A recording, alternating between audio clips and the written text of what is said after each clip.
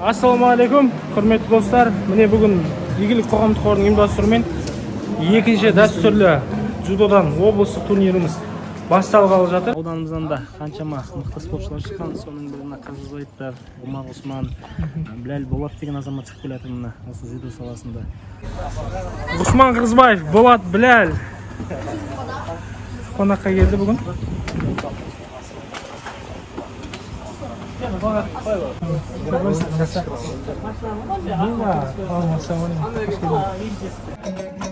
Басын қосып жүрмесе көпшіліктің бас ауырып қалатын аудан ғой бұл айқаяқы. Біз осыдан тоқтап қалмаймыз. Алла қаласа Ордабасы ауданына Темірлан елді мекеніне Олимпиаданың алтын медалын алып келуге еңбек етеміз. Алла разы болсын. Былтырғыдан қарағанда биылға әлдеқайда жоғары өсіп, келесі жылы республикалық, халықаралық, әлемдік деңгейде өте берсін, иншалла, соған тілектеспіз. Палуандардың барлығы тыңғылықты дайындалған. Енді үлкен додаларға түсу үшін осындай бастамалар палуандарға өте қажет, тәжірибе болады. Алматыда арнайы сбор болады, өзіміздің интернатта болады. Соған қалып сол жерде Қазақстанға дайындаламыз.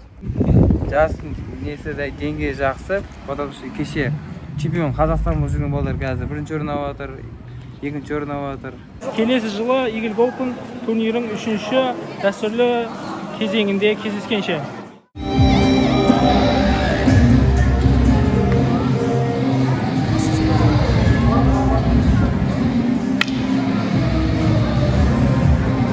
Ассалаумағалейкум, құрметті достар. Бүгін игілік қоғамдық қорының ұйымдастыруымен екінші дәстүрлі түрде дзюдо күресінен екінші жарысымыз өтпек. Бізбен бірге болыңыздар, видеоны соңына дейін қараңыздар.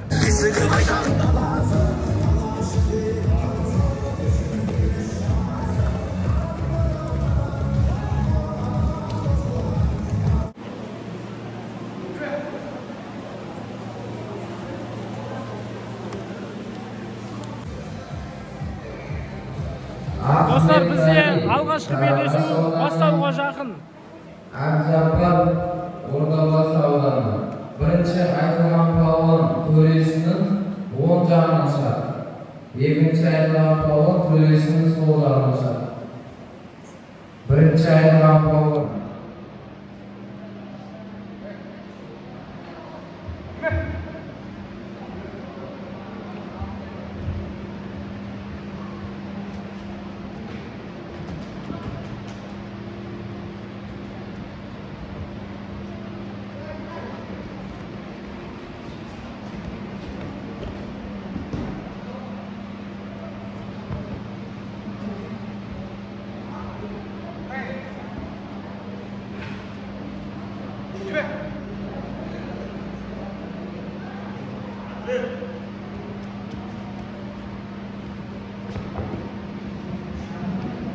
Түрік тағамда қылқындыру әдісі жоқ, ауырту әдісі мен ұстау әдісі бар.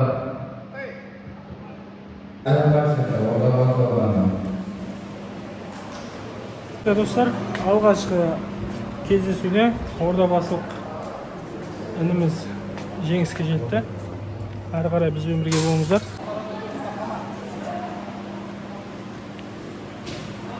Аса еңсақ, ау.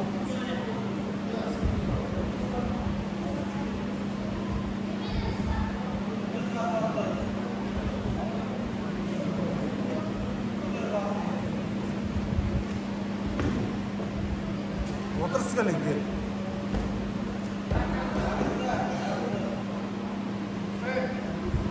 Алико,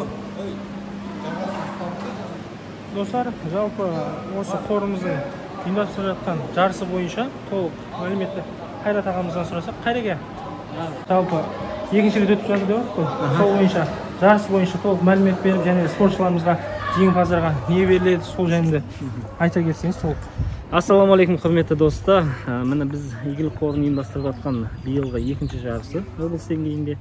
Жалпы жарысты ұйымдастырудағы мақсатымыз жас өсіп келе жатқан спортшыларға қолдау көрсету.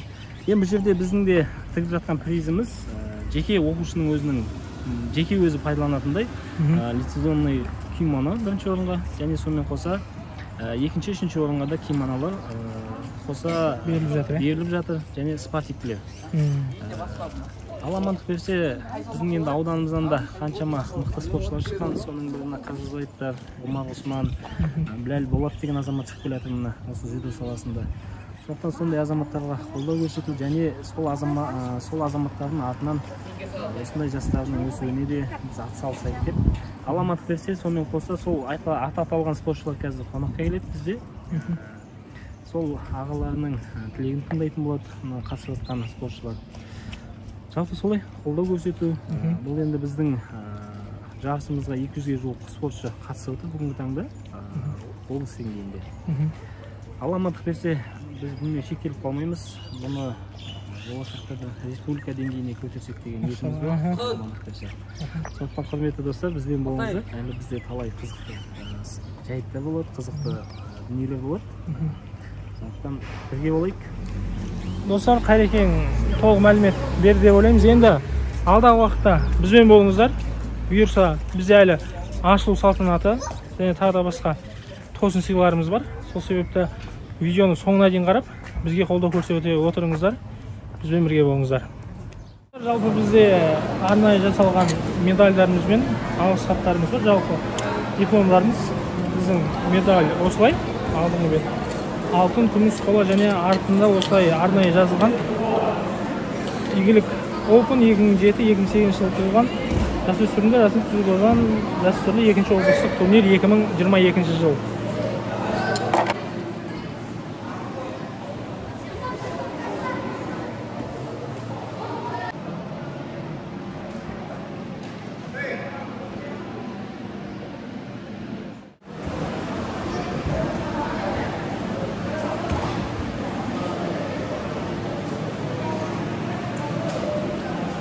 Достар, ескертетін жағдай, бізде арнайы камера және арнайы спортшыларға арналған кімнің жеңіске жеткенін, кімнің жеңілгенін көрсететін арнайы табломыз бар.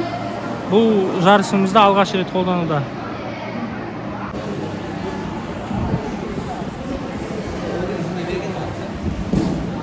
Достар, жалпы бізде бүгін Айғақ телеарнасы және оңтүстік Қазақстан телеарнасы күрес жайында арнайы репортаж жасап жатыр. Алла нәсіп етсе, 1-2 күнде репортаж шығып қалу керек. Достар, жалпы айтқанымыздай, Болат, Біләл, Усман, Қырғызбаев ағаларымыз қонаққа келгенде, жалпы бұл кісілер қазір спортшыларымызды марапаттап, ашылу салтанатында сөз сөйлейтін болады.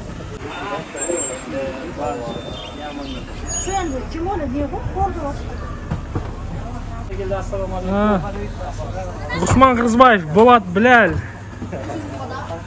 қонаққа келді бүгін.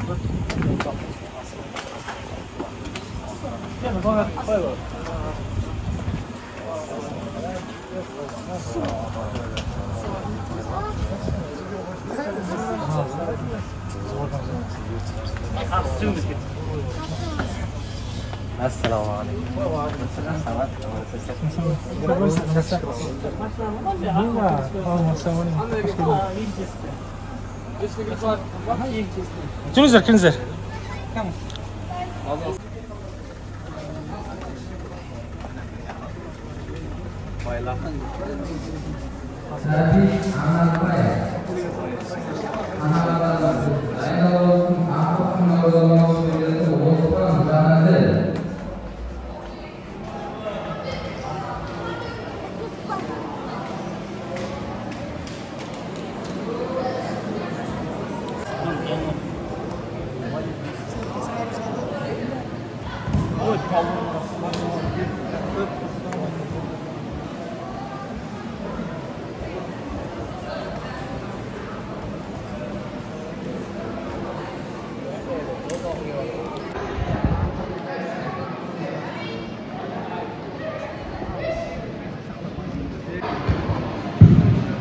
Ал құрметті спортшылар және бүгінгі біздің қонақтарымыз біздің жарысымызға арнайы ат басып болып келіп отырған әлемдік чемпионатта Будапешт қаласында өткен соңғы әлем чемпионатында күміс жүлдегері Kırgızbay Usman babamız kelip отыр бәрекелді. Және биылғы Европа кубогында 3-ші орын алған Болат Біләл babamız келіп отыр. Міне арнайы осы жарысқа келіп отыр. Құрметті спорт дзюдо сүйер қауым, қазір бізде Игілік Open облыстық турниріміздің ашылу салтанаты өтпек. Ашылу салтанатына дайындалу үстіндеміз.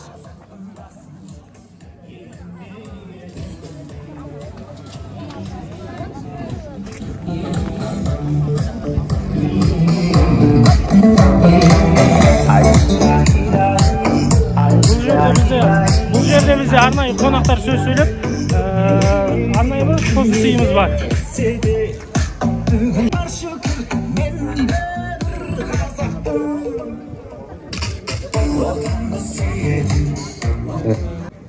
Ұядағы ұланды ұлттық құндылықтың уызына қандыратын қыз өсірген. Қарсыласы қабылан болса, арыстан болып алыса білетін, жат елмен табыса білетін. Тұғырлы еліне туын тіккен армысыздар қазақ елі.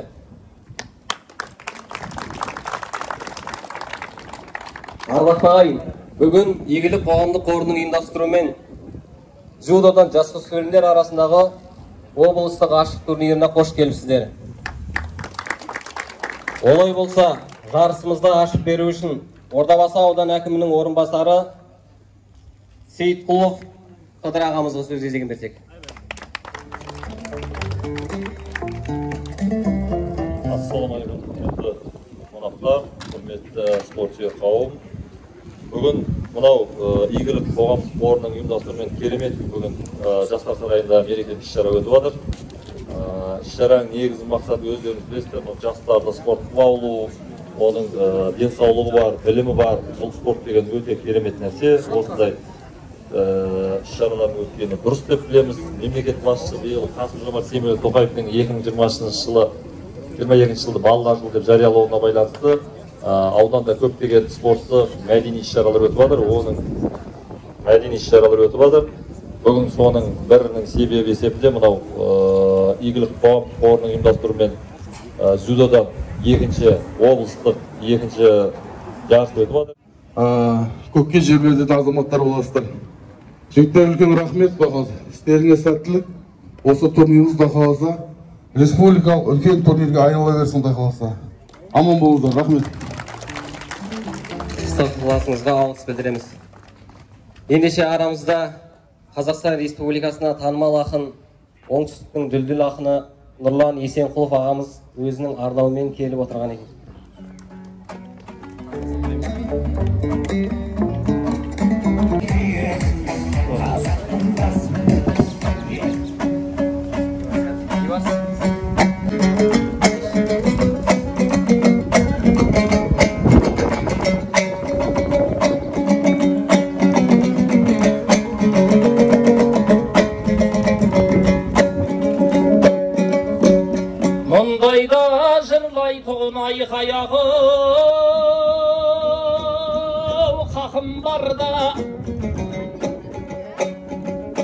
Мойын бұрып қараңдар ақындарға,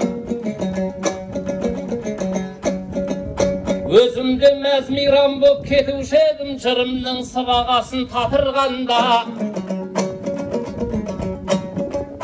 Ассалаумағалейкум сәлем бердім, жырлайтын ақындарға, жақындарға, қазақтың көк байрағын көтерсем деп, бойында қаны қызған батырларға айқаяқ.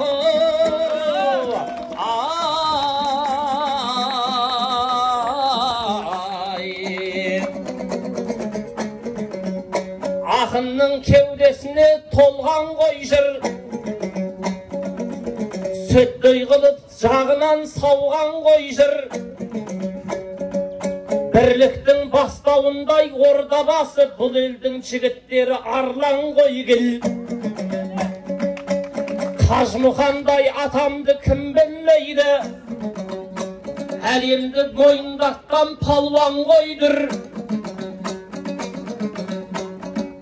Бабама ұқсасам деп бұл ауылдың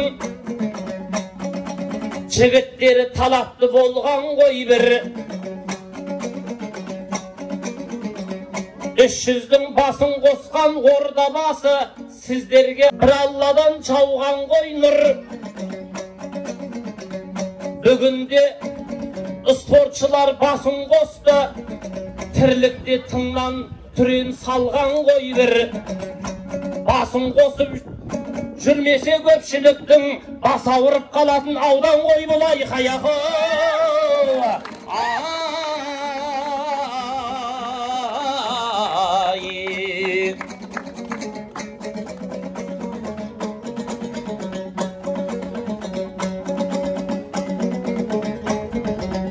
Жақсылықты оқимын жүзіңнен көп,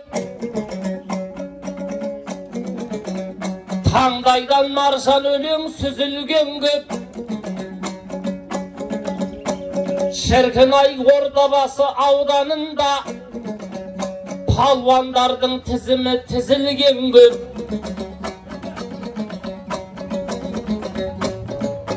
Парижде бір түйені көтергенде атама кімнің көзі сүзілген жоқ. Ол баба, ол атам Қажымұқаным емес педі, жақсылар шықса деген ізімнен көп.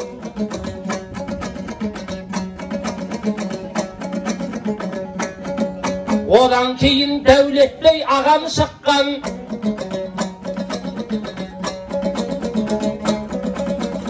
іргесін қағып тұрған қызыр ғой деп.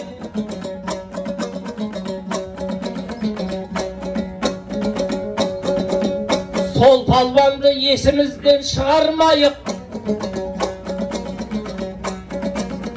желісі жақсылардың үзілген жоқ. Бұл аудан жақсылыққа чарш емес пе, иіргенде асығы алш емес пе? Тағы да бір спорттың саңылағы кешегі палуан ағам Шәмш емес пе?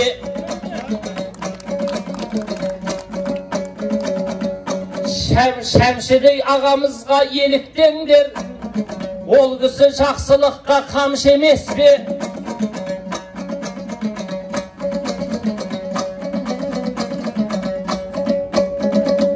Шіркін-ай, мойынға түрлі медаль ілдім дейді, барған жерде озатын дүлдүл дейді.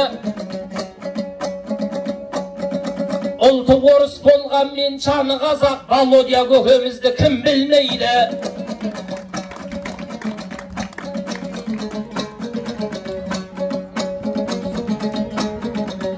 Кәдімгі өткір қылыш алмасындай, салмағы әжептәуір қорғасындай. Жұманазар бауырымды көріп қалдым, сол мықты ағалардың жалғасындай.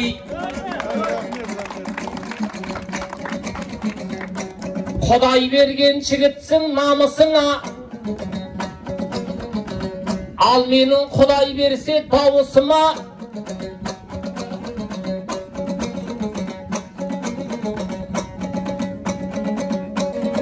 Жарыстан жеңімпаз боп келген кезде жақсылыққа баладым оны сірә.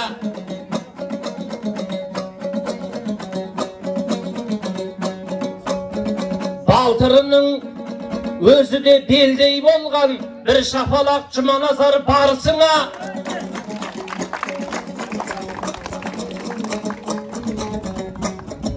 Қадірін үлкендердің ұққан жоқ па? Бақыттың балдайдамын жұтқан жоқ па?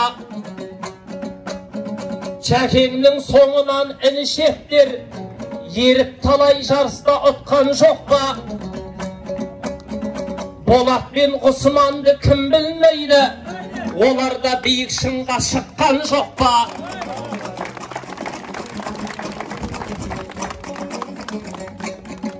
Шіркін-ай, сіздей болсын жігіт деген, ақынбыз жан емеспін, жақсыны жілік деген.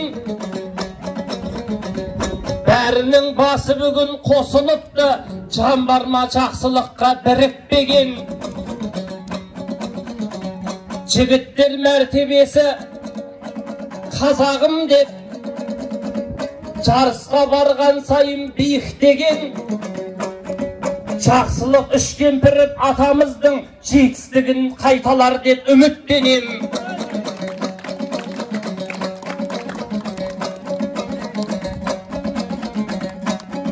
Ал жігіттер аз демес көп ойладым, менекей ауылыңа ат байладым. Жас жеткіншек інілер осында тұр, жарқырап тұрсыңдар ғой оттай бәрің.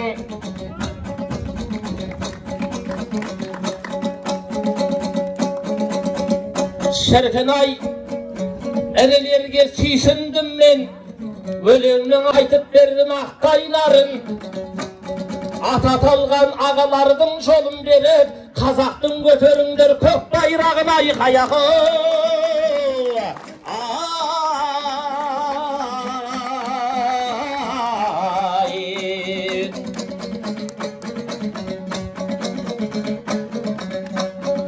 Бауырлар өздеріне құрмет болсын, сыйластық бізге қалған сүннет болсын. Қазағына қайырлы ұлан болсын, мұсылманға қайырлы үммет болсын. Айналайын жігіттер, сіздерге айтам,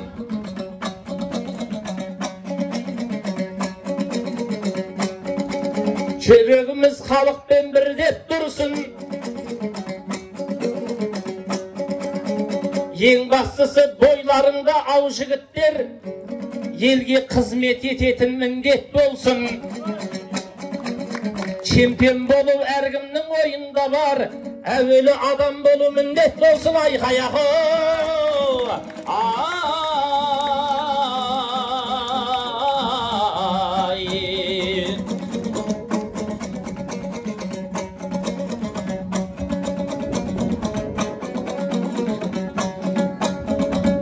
бәрінде қазақ дейтін елденсіңдер, жүйріктей аламанда желгенсіңдер. Игілік қорына алғыс айтам, қоғамға тек жақсылық бергенсіңдер. Телефонға телмірген әрбір жасты татамиге шақырған сендерсіңдер.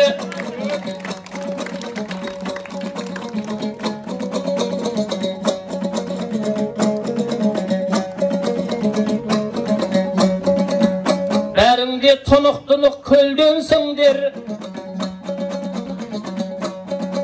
жақсылыққа келгенде мергенсіңдер.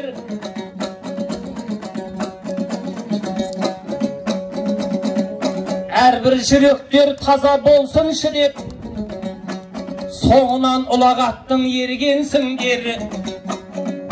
Қайғылықты салатын адам көп қой, игілікке жұмылған сендерсіңдер. Айқаяғы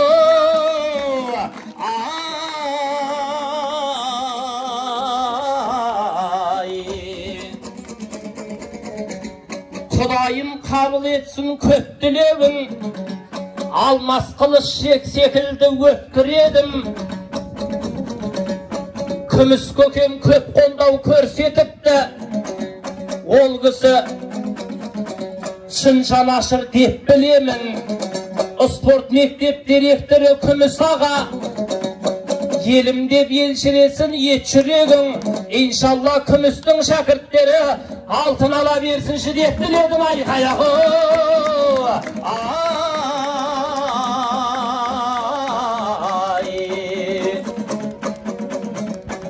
бәріңде нар тұлғалы нармысың бар, биік-биік шіркін ай таумысың бар. Қоғамдық қорды қолдап шабыт берген аудан әкімшілігі алғысым бар.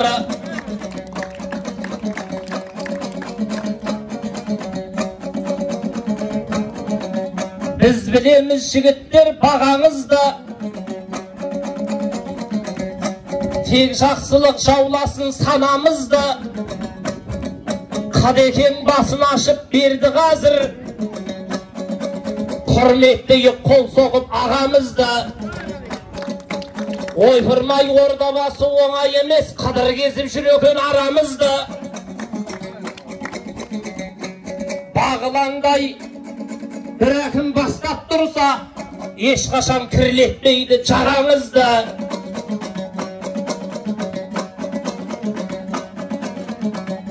Жүзімізде жап-жарық нұр болғанда, шынымен ұлтын сүйер ұл болғанда, біздің қазақ ешкімнен жеңілмейді, әр қазақтың мүддесі бір болғанда. Айқай-ақ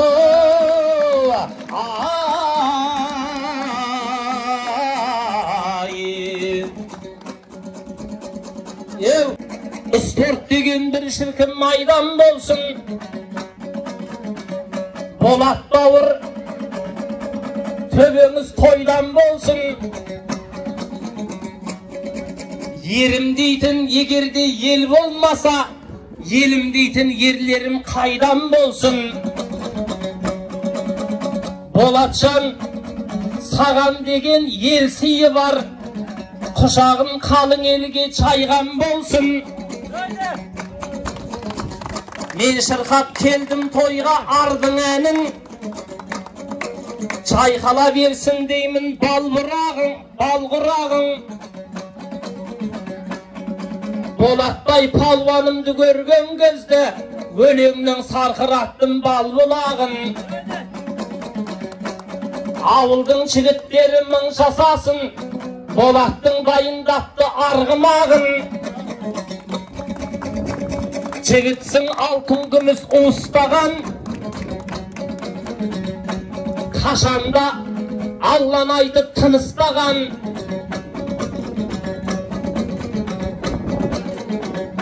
Құдай қалап биіктен көріне бер,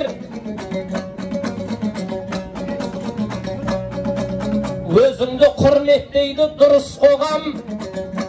Ал енді арғымаққа міне бергін, барып келе бергейсің жұмысқаман. Кешегі бабалардың жолы менен жігіт бол тұлпар мініп туыстаған. Айқай-ақ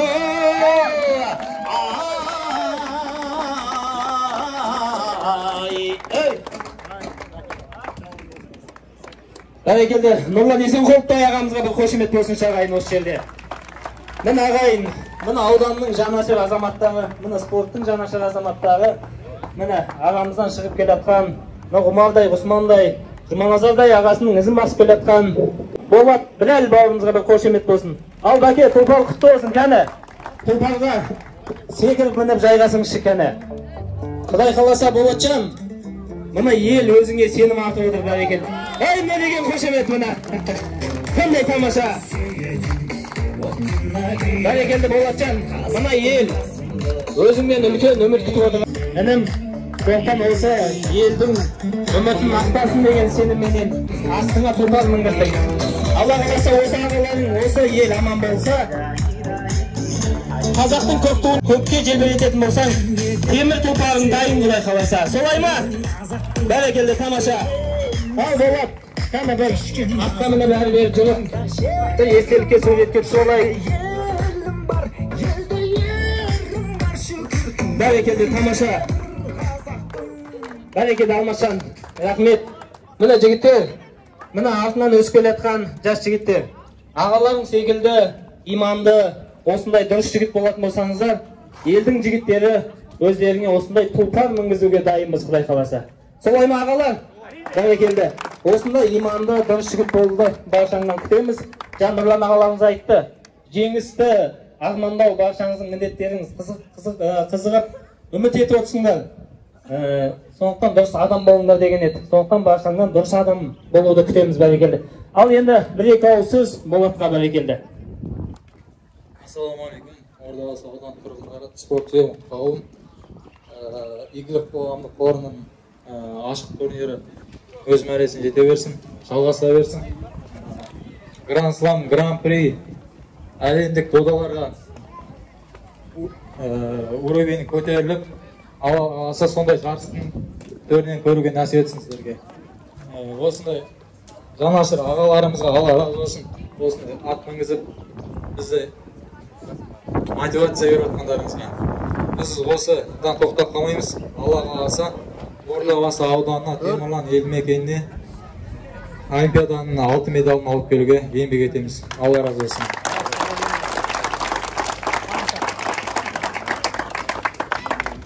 Міне бәрекелді, өздеріңіз былтыр дәл осы жарыс осы жерде өткен болатын. Міне сонда осы ауданымыздың мақтанышы Омар Ғұсман деген палуандарымызға ат мінгізген болатынбыз. Бәрекелді. Енді кезек Болатқа келді. Ғұсманға кәне, Ғұсман келе қойшы бауырым. Міне Ғұсманға да бір қошемет болсыншы. Бәрекелді. Әлем чемпионатында күміс жүлдеге жігіттер. Құдай қаласа міне осындай палуан жеңімпаз арамызда. Құдай қаласа. Ғұсман өзіңден де бір-екі ауыз. Ассалаумағалейкум, спортсүйер қауым. Бүгінгі мына Ордабасы ауданы Темірлан елінде өтіп жатқан игілік қорының ұйымдастыруымен өткен ашық көрмеге қош келдіңіздер. Сіздерге жеңіс тілеймін. Алдарыңызға арман қойып, мақсат қойып, аянбай еңбек етіп, әлемнің және Олимпиада ойынын жеңіп алуға сіздерге тілектеспін. Ең басты тәртіп болыңыздар, ағайларымның айтқан тыңдаңыздар. Мына игілік қоғамдық қайырымдылық қорының жігіттеріне, ағаларымызға, бауырларымызға үлкен рахмет. Алла разы болсын, істеріңіз алға баса берсін. Рахмет. Рахмет сіздерге де, жігіттер. Алла маңызберсе баршаңызға рахмет. Алтындай уақыттарыңыз бөліп берген міне Жұманазар, Болаттай, Қыдыртай ағаларымызға, Әділ ағаларымызға баршаңызға мың алғыс. Қонақ болып келіп, осы жерде міне жаттықтырушыны бастап келіп отқан Мейіржан бауырымыз, Самат бауырымыз, Айдос, міне Мұхит бауырларымызға үлкен алғыс. Бүгін қорымызға келіп, мына жарысқа қызмет жасап отқан ағайларымызға да мың алғыс. Ал құрметті жарысқа қатысып жатқан барша қонақтар, спортшылар, баршаңыз мына зданияның артында дастархан жайылып жатыр. Құдай қаласа баршаңыз осы дастарханға бірге жайғасайық. Міне осы жерде міне атын атап кететін ерекше ағайымыз отыр. Аязбай Ескендір ағамыз келіп отыр. Бәрекелді. Арнайы осы жарыс үшін қаншама чемпиондарды тәрбиелеген ағамыз. Рахмет аға сізге де. Ал жарысымызды онда түскі астан кейін жалғастыратын боламыз. Аяғы батырлардың есімінен қалды. Кешегі бұқар жыраулар Қабанбайларды, Бөгенбайларды жырға қосып, солар аңыз болып, елдің ауыз әдебиеті болып келді бүгінге дейін. Солардың батырлығы жырмен жетті. Айтуымен сол секілді сендер де сол ақындардың жырлауына, жырына ілігіп, Құдай қаласа, ең бастысы Алланың назарына ілігіп, елдің көк туын көтере беріңдер. Бейбіт күннің батыры болыңдар, Құдай қаласа. Жақсы, тілеулеспін. Жақсы. Қуанып қалдым мен. Достар, міне өздеріңіз көргендей, ашылу салтанаты аяқталды. Ашылу салтанатында Еуропа чемпионатының қола жүлдегері өзіміздің жерлесіміз Болат Біләл бауырымызға астына тұлпар мінгіздік. Алланың қалауымен. Қазіргі уақытта түскі ас уақыты. Бізде түскі ас уақытында жалпы елімізге және ауданымызға еңбек сіңген жаттықтырушылар мен спортшыларға, яғни дүниеден өткен аға інілерімізге арнап Құран бағыштау үстінде Құран бағышталып түскі ас беріліп жатыр.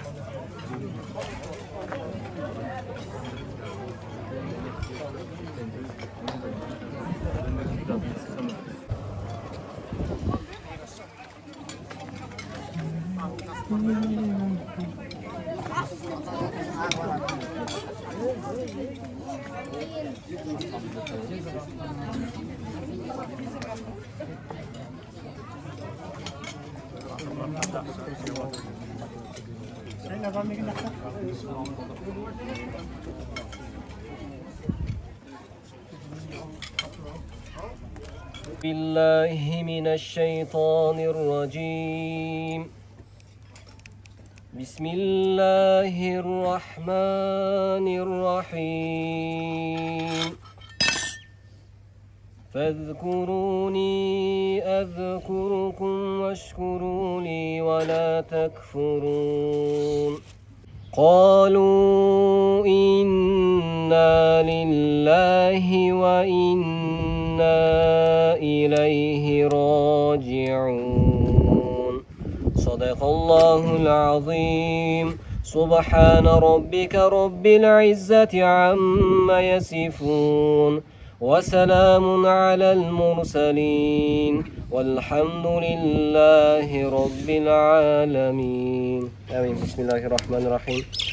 Я Рабб Алла Тағала, өзің оқсын, өзің пәксің. Осы оқылған қасиетті Құран аяттарының сауабын соңғы пайғамбарымыз Мұхаммед Мұстафа саллаллаху алейхи уассаламға Ла илаха иллаллах Мұхаммед Расулуллах деп жан тапсырған мұсылман бауырларымыздың рухтарына бағышадық. Осы жерде қол жайғандарымыздың дүниеден марқұм болып өткен туған туысқандардың рухтарына бағышадық.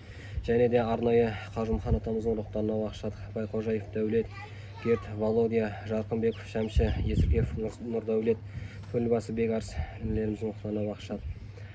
Аллахым жатқан жерлерін жайлы топырағын торқа иманын өздеріне қияметте жолдас қылғайсың. Біліп білмей жасаған күнә қателерін кешіргейсің. Қабірлерін жәннат бақшаларынан бір бақша еткейсің. Роббана атина фид дуния хасана ва фил ахирати хасана ва қина азабан нар би рахметике я рахман. Усман аға, жалпы енді турнир жайында айта кетсеңіз, сосын енді осы жерде сіздерді ең алғаш күрестер осы жерде өтті деп естідік. Иә, әрине. Осы бойынша айтып балаларымызға бір серпілтіп, мотивация беріп жүрсеңіз деген ғой. Айта кетсеңіз. Біз дәл осы кинотеатрда бастамыз, бірінші күресімізді. Ең алғаш күресімізді. Сөздің осыда Беркәлиевтің ағайымызға қатысып, содан спорттық шеберімізді шыңдап, қазіргі таңда Қазақстанның ұлттық құрама мүшесінде өнер көрсетіп жүрміз, еліміздің намысын қорғап жүрміз. Бүгінгі игілік қоғамдық қорының қолдауымен өтіп жатқан игілік опен турнирі биыл екінші рет өтіп жатыр. Былтырғыдан қарағанда биылға әлдеқайда жоғары өсіп, келесі жылы республикалық, халықаралық, әлемдік деңгейде өте берсін, иншалла. Соған тілектеспіз. Жастарға айтатын, қазір жастардың бүгін бізді қонақ ретінде шақырып жатырмыз. Оларға да бар ақылымызды айтып жатыр, кеңесімізді айтып жатыр. Алдарыңа мақсат қойып, арман қойып, еңбек етіп, аянбай еңбек етіп, жеңіске жетіңдер деп айтып жатыр. Оның өзі өзімізде кішкентай кезде баяғыда жақсы күрескен ағаларымыздың бір не айтса да соны аузына тыңдап, соны екі сөзіне мән беріп, бізде солардай боламыз деп сондай өзіміз талпындық қой. Әрине бұларға да енді біз білмейміз қазір, бұларға да іштегі негізінде сондай бір талпыныс береді да бұл. Оларға өте үлкен бір мотивация, дамуға. Сол осы жарыс халықаралық рахмет сізге. Алла разы болсын. Келесі олимпиада шыңын бағындырып, ордабасыға олимпиада шыңын бағындырып, медаль алып келіңіздер, құдай қаласа. Рахмет сіздерге. Рахмет. Аянбай еңбек етеміз иншалла.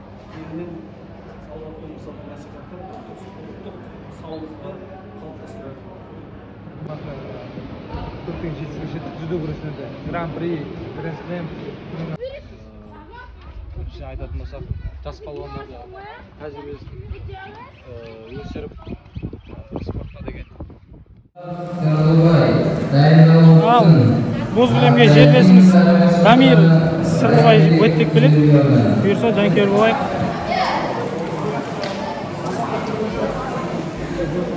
Көк киімде Дамир.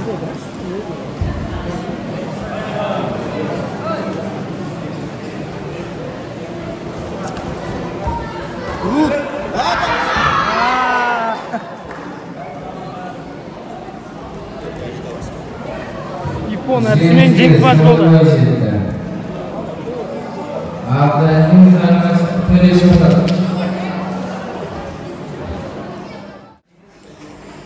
Құрметті достар, мына Болат бауырымызбен сұхбат болмақшы. Жалпы Болат бүгінгі ел ағаларының өзіңе тосыннан ат берді ғой жалпы департамент. Сол жөнінде сосын жастарымызға мотивация ретінде бірнеше сөз арнасың. Бұл ағаларым Алла разы болсын. Бұл сыйлықты вообще күтпедім. Рахмет, үлкен Алла разы болсын. Только рахмет дегім келеді. Сол бұйыртса, осы бізге ағаларыңыз осы үлкен сыйлық жасаған бізге үлкен мотивация. Біздің вообще спортқа деген желаниямызды ашып, жігерімізді шыңдады, былай айтқанда ашып тұрды. Үлкен ағаларым Алла разы болсын. Енді інілерімізге айтатын болсақ, бауырларымызға арта келескен, спортта еңбек етіңдер, ата-аналарыңды тыңдаңдар, оқу білімді бірге алып жүріңдер. Сол кезде ешқашан қор болмайды деп айтқым келеді. еңбек, білім, ата-ана үшеуін тыңдаса, қор болмайды. Жалпы енді өзің Еуропа чемпионатында қола алдың ғой, 3-ші орын алдың. Сол бойынша Еуропа чемпионатында Еуропамен күресі және осы Қазақстандағы күрес, жалпы Азиядағы күрестің айырмашылығы қандай, сол жайында айта кетсең. Еуропа дегенде біздің былай айтқанда ауылдың кішкентайымыздан қойылған күрес, Еуропаға күрес өтетін күрес, былай айтқанда үстіңгі захватпен күресеміз, Осман ағаларымыз бәріміз алаң қалумен сол күреспен өтіп жүрміз деп ойлаймын. Жалпы енді алаңнан сөз сіздерге сәттілік тілейміз. Олимпиаданың шыңын бағындырып, елге олимпиада медалін, ауданға олимпиада медалін алып келулеріңізді Алла жазсын. Рахмет бауырым. Сәттілік сіздерге. Достар, бізде финалдық бәсеке және 3-ші орынға талас белдесулері басталды.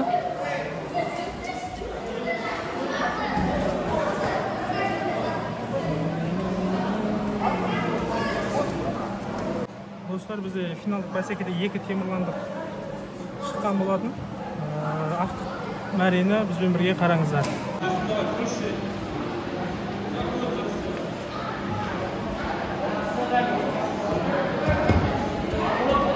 Елу килограммда палуандар дайын тұрады. 3-ші орынға белдесуші Бердібаев Асқар.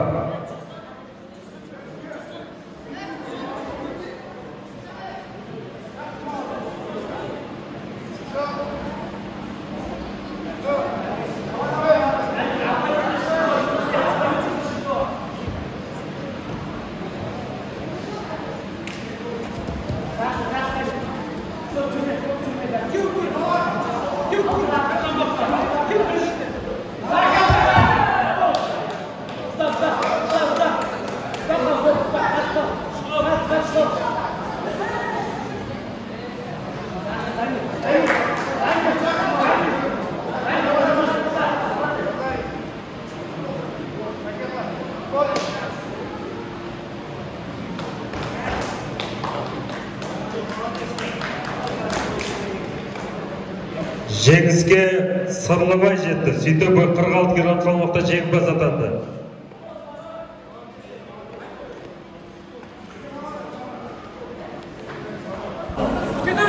Достар, бізде ең соңғы салмақ дәрежесі, яғни 66-шы плюс келі салмақ дәрежесі бойынша соңғы сайыс болып жатыр.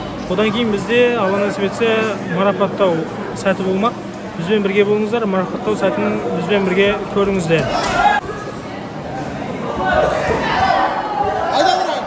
Айландырса ұстамасы.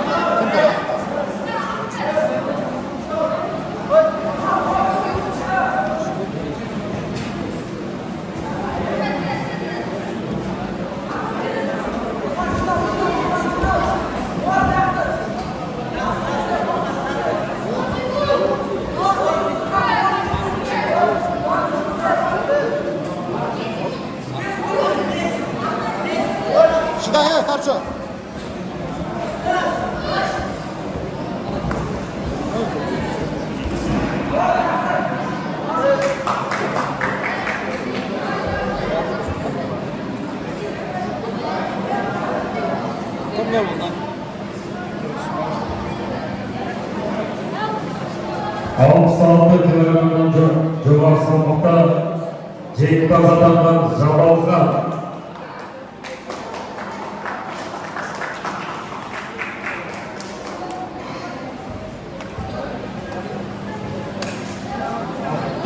Ал, құрметті достар, бізде барлығы аяқталды, барлық салмақ дәрежесі бойынша. Енді бізде алда тек жеңімпаздарды марапаттау рәсімі өтпек.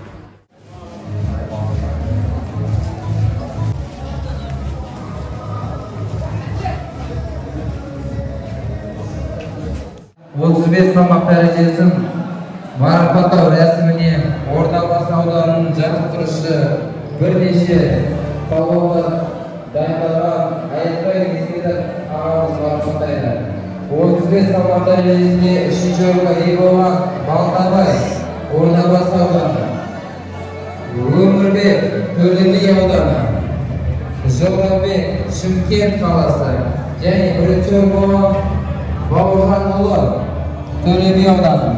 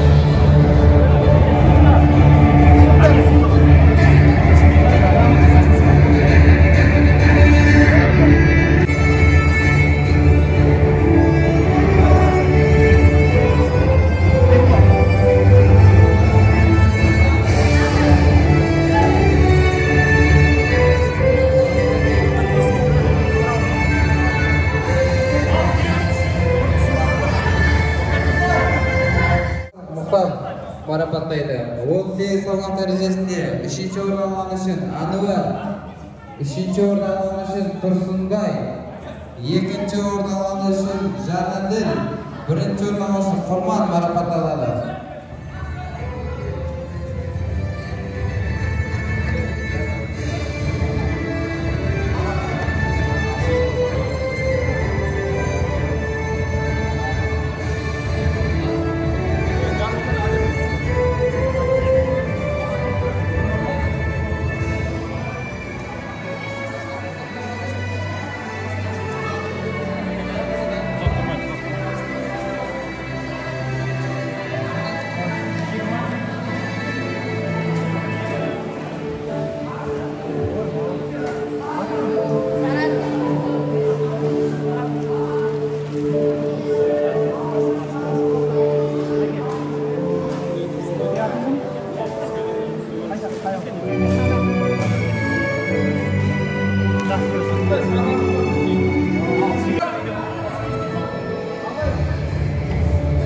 Түркістан облысының жастар құрама командасының аға жаттықтырушысы, дзюдо күресінен спорт шебері, бірнеше дүркін Қазақстан Республикасының чемпионы Қалтаев Мержан марапаттайды. 42 салмақ дәрежесінде 3-ші орын алған үшін Елтай, 3-ші орын алған үшін Әлім, 2-ші орын алған үшін Таймас және 1-ші орын алған үшін Сейдуалы марапатталады.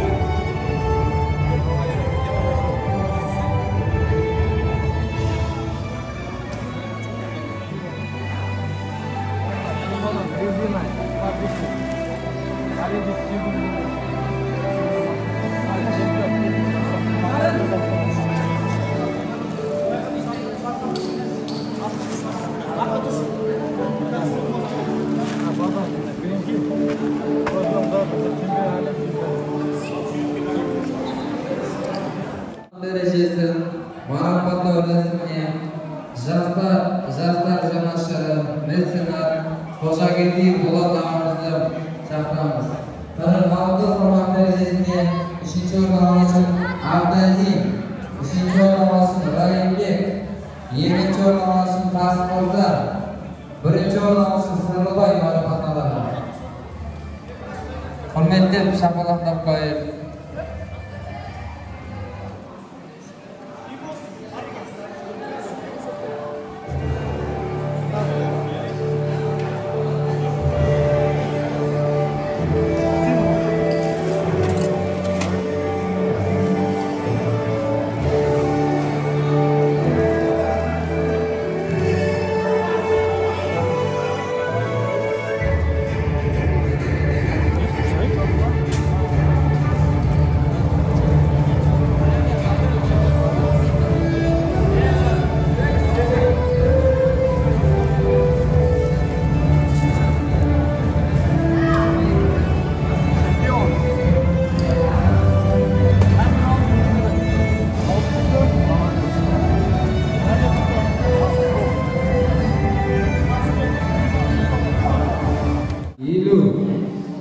елу салмақ дәрежесін марапаттау рәсіміне Орда Апасы ауданының түлегі белбеу күресінен халықаралық дәрежедегі спортшы, қазақ күресі, саба күресінен спорт шебері Батырбеков Мақат ағамыз марапаттайды. Елу салмақ дәрежесінде үшінші орынға ие болған Әбдеш Ордабасы ауданы, үшінші орынға Бердібай Кентау ауданы, екінші орынға Әмірбек Төле би ауданы және бірінші орынға ие болған Батырғали Төле би ауданы.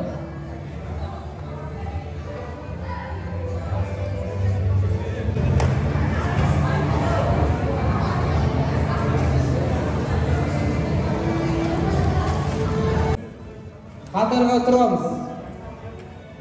Құрметті жаттықтырушылар, палуандар, спортшыларымызды кішкене тәртіпке.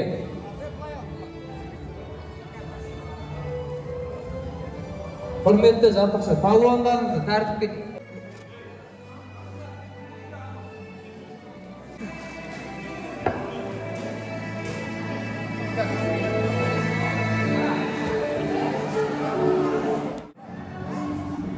Еліміздің аралығында марапаттайтын халықаралық дәрежедегі төреші, жарысымыздың бас төрешісі Самат Сапшев мырза.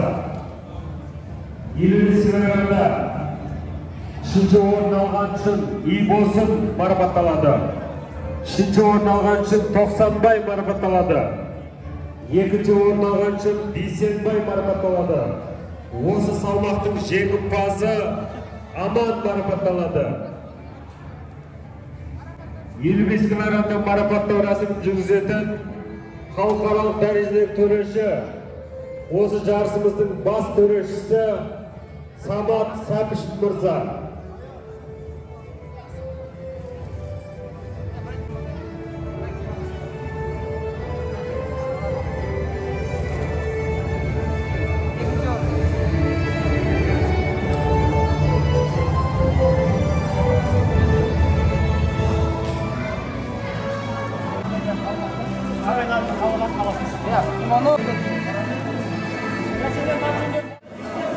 Алпыс килограммда үшінші орын алған үшін Тұрсынбек марапатталады.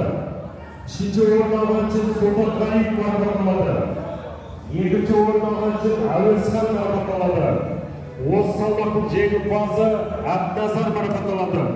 60 килограммда марапаттау рәсімін жүргізетін Түркістан облысының самбо күресінен жасөспірімдер арасында аға жаттықтырушысы Қанат Арғынбаев мырза марапаттайды.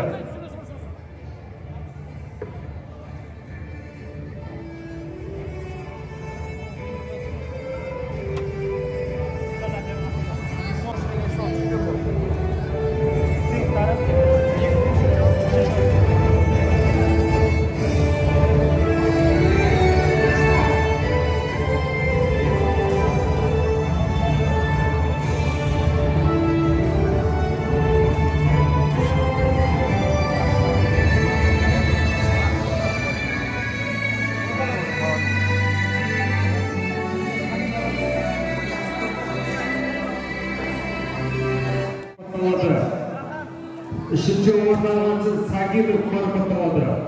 Үшінші орын алған үшін Әмір марапатталады. Екінші орын алған үшін Сексенбай марапатталады. Осы салмақтың жеңімпазы Құрманғалиев марапатталады.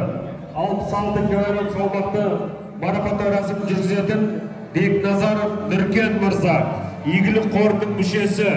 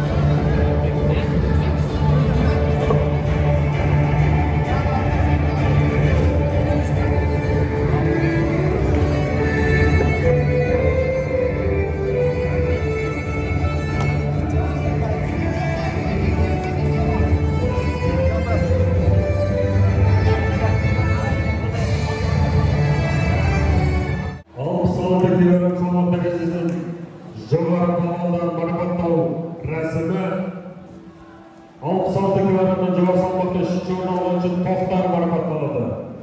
Үшінші орын алған үшін Қайырбек марапатталады. Осы салмақтың екінші орын алған Асылхан марапатталады.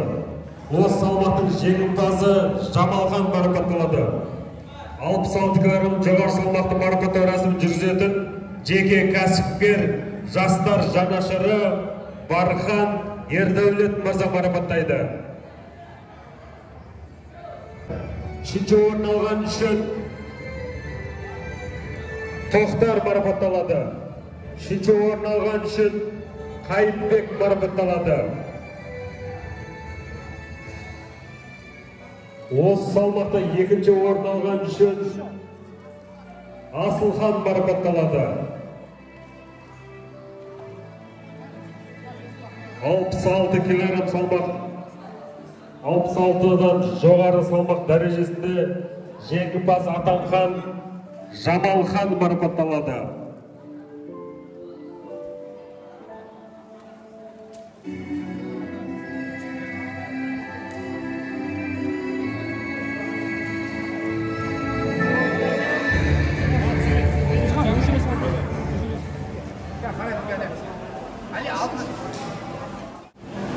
Құрметті достар, міне бізде марапаттау сәті аяқталды. Барша жеңімпаздарды шын жүректен құттықтаймыз. Келесі жылы Eagle Open турнирінің 3-ші дәстүрлі кезеңінде кездескенше. Достар, міне бізде 46 салмақ дәрежесінде бүгін жеңімпаз атанған жерлесіміз Қазақстаннан өз салмағында чемпион болған. Қазір Дамир бауырымызбен сұхбат алмақшымыз. Дамир, жалпы бүгінгі жарыс қалай болды? Жарыс деңгейі өте мықты болды. Жан-жақтан келген палуандар өте мықты. Жақсы дайындалып келген. Жарыс жалпы мықты өтті. Мықты өтті. Жалпы енді сен өзің осы жерде екінші жыл қатарынан чемпион атанып отырсың. Құтты болсын. Біздің тарихымызда қатарынан екінші чемпион болған өзің болыпсың. Дамир, жалпы енді алдағы жоспарларың жайында айта кетсең. Алда енді келе жатқан сентябрьде болатын Қазақстан чемпионаты болады. Дзюдодан, иә? Дзюдодан. Соған дайындалып жатыр. Оған Алматыда арнайы сбор болады. Өзіміздің интернатта болады. Соған қалып, сол жерде Қазақстанға дайындаламыз. Түсінікті. Жақсы, Дамир. Сәттілік тілейміз. Бұйырса чемпион бол. Ауданымыздың атын әлемге танытып, Олимпиаданың медалін алып келуіңе тілектеспіз. Сәттілік бауырым. Жақсы. Саған да рахмет. Достар, бүгінгі біздің Eagle Open жарысымыздың бас төрешісі Самат ағамыз. Самат аға жалпы жарыс жөнінде айта кетсең, және балуандардың дайындығы, жаңағы тәртіпке бағынған құл болмайды дейді қазақта. Тәртібі деген секілді сол жөнінде айта кетсең, жалпы жарыс төңірегінде. Енді бұл жарысқа мен бірінші рет қатысып жатырмын, бірінші рет шақырды төресі. Енді Құдай қаласа жылда келеміз деп ойлаймын. Жарыстың несі де деңгейі жақсы, потому что кеше чемпион Қазақстан болып жүрген балалар қазір бірінші орын алып жатыр, екінші орын алып жатыр. Ол адам аз болғанмен жарыстың деңгейі өте мықты болды. Мықтылар жеңді. Көп жарақат та болған жоқ. Тек қана бірақ жарақат болды ол спорт болғаннан кейін. Жалпы балдар ұнады күрестері. Бәрібір де енді ауыл жерлері кішкене қазақшылыққа салынып кетеді. Айқай-шу келе бәрі үйренеді енді. Соған бәрібір алып келеміз. Жүре түзеледі дейсің. Жалпы біздің особо группа ашық болған жоқсыз дейсіз. Бәрі камерамен қарадық, бәрі әділ шешім деп қабылдады деп ойлаймын өзім. Сыртынан көрінеді ғой. Енді жалпы жақсы. Рахмет Сәке сізге қызмет етіп, жастарымыз үшін. Рахмет сіздерге, сіздеріңізге сәттілік тілейміз. Бізде жарыс аяқталды. Мәресіне келіп жеттік жалпы. Бүгінгі біздің әлеуметтік желілерде таралатын роликтің авторы болса, Ияс бауырымыз. Елеге бүгінгі жарыс жөнінде айта кетсеңіз, қалай болды? Жарыс өте жақсы өтті. Палуандардың барлығы тыңғылықты дайындалған.